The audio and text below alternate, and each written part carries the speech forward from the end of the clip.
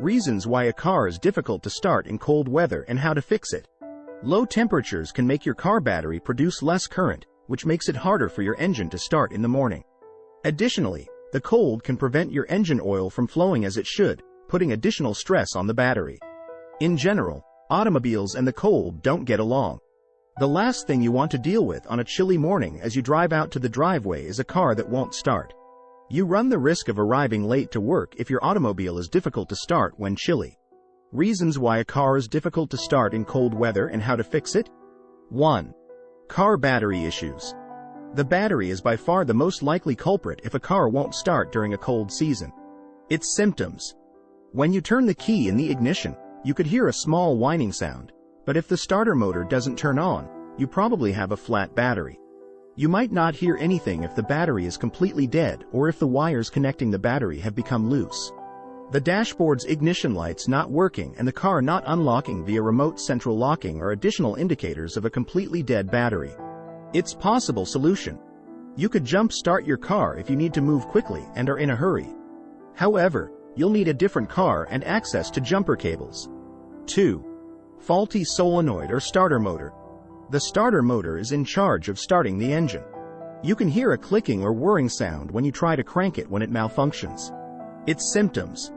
When you crank the ignition key, a clicking noise is the first obvious indicator of a damaged starter motor, followed by the engine's refusal to turn over and start. If the in-car electrics and all of the lights function properly, this also suggests that there is a problem with the starter motor rather than the battery. If the starter motor fails, nothing, not even jump starting, will work. Its possible solution. The best option might be to replace the starter motor. The work could take up to a half day, but they're not very pricey. Typically, a new starter will be installed in place of your old one. Manufacturers occasionally update the designs.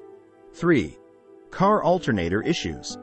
When the engine is running, the alternator, an electrical generator, charges the battery in your car. If your battery is relatively fresh and it keeps dying, this is probably where the issue is. Its symptoms. When you jump start a car, if the engine quickly shuts off, this indicates a bad alternator. If the alternator has recently overheated, you can also notice your headlights and dashboard lights flashing, the car's gauges moving in a bumpy way, and even a burning smell entering the cabin. Its possible solution. The best course is to replace one. Finding a replacement part shouldn't be too difficult, or you can choose to have your current alternator refurbished. A garage shouldn't spend more than 2 hours on the task. 4. Ignition switch issues. When you turn the key, the ignition switch kicks the car's electrical system into gear. The ignition switch needs to be in good working order for the engine to start and run. Its symptoms. When you first turn the key and nothing happens, you might initially assume there is a battery problem. There is nothing wrong with the battery, though, if the extras, like the headlights and car radio, are powered. In this situation, you should check the ignition switch. Its possible solutions. An intermittently functioning ignition switch may occasionally allow you to start the car after a few attempts. If the engine won't start and the key doesn't make a clicking sound, the ignition switch likely has to be replaced. 5. Car fuel system issues. Car fuel systems may over time develop water contamination. When the water freezes due to cold weather, this might affect combustion and potentially prevent the engine from starting. The fuel lines that supply each individual injector are where the problem is most severe. Its symptoms. Other signs of a fuel system issue, besides the engine not starting, are a stuttering engine, especially when accelerating, and a generally jerky feeling to the car's power delivery. While driving, the engine could possibly completely shut off. Its possible solutions.